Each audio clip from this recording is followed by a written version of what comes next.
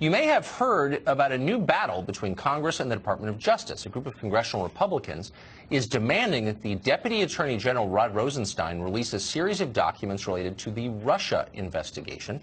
They say they plan to impeach Rosenstein if he doesn't turn over the information. So far, Rosenstein has defiantly refused to do that. Now, before you tune this out as yet another partisan arcane debate, the kind that Washington specializes in, here are the details, because it's not that. There's a lot at stake here, far beyond the short-term political advantage of either party. The Russia investigation, as you know, has completely dominated the business of government since the day Trump took office. It's all anyone in Washington can talk or think about.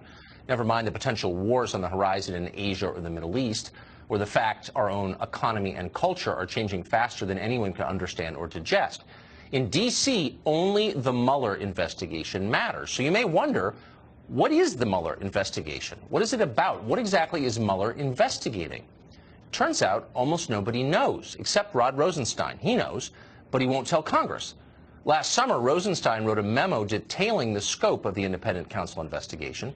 Key portions of that memo remain hidden from view. Congress would like to see them and has every right to see them. Our Constitution requires our elected representatives to supervise the Department of Justice. Why is that? Well, so that bureaucrats with massive law enforcement and surveillance powers remain accountable to voters. We give them guns, let them arrest us, send us to prison, allow them to break into our private email accounts, tap our phones. They have a lot of power. In return, they promise not to misuse that power. And if there's any question about their honesty, we get to check. That's what transparency is. Government bureaucrats hate transparency. They'd rather do their work in secret. Secrecy is the shield that protects them from our scrutiny. And not just in this case. Consider the House Intelligence Committee investigation into Russian collusion. It was just completed. It took a year to complete. The final report ran to 253 pages. Yet the rest of us couldn't really read it because key facts were missing.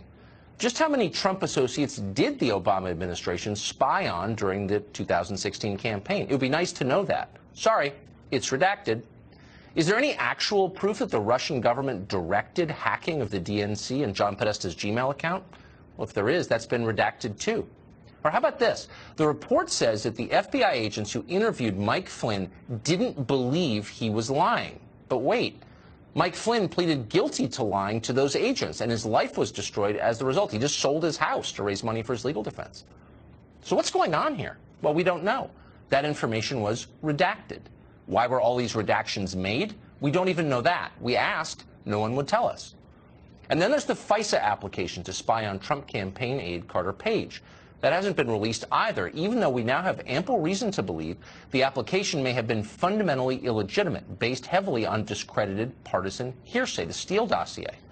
Jim Comey denies this, of course. He's denied it repeatedly on his book tour. Just the other day, he noted, smiling faintly as he said it, that there's no way to check, really, because it's classified. The joke is on us, except it's not funny. Almost nobody trusts the government anymore, and that's one subject that both sides can agree on. There's only one way to fix that: sunlight. Stop hiding, stop lying, tell us what's really going on. Rod Rosenstein has no intention of doing any of that. In an interview today at the Newseum, Rosenstein compared demands for greater transparency from Congress to a mafia shakedown. Watch. There have been people who have been making threats privately and publicly against me for quite some time.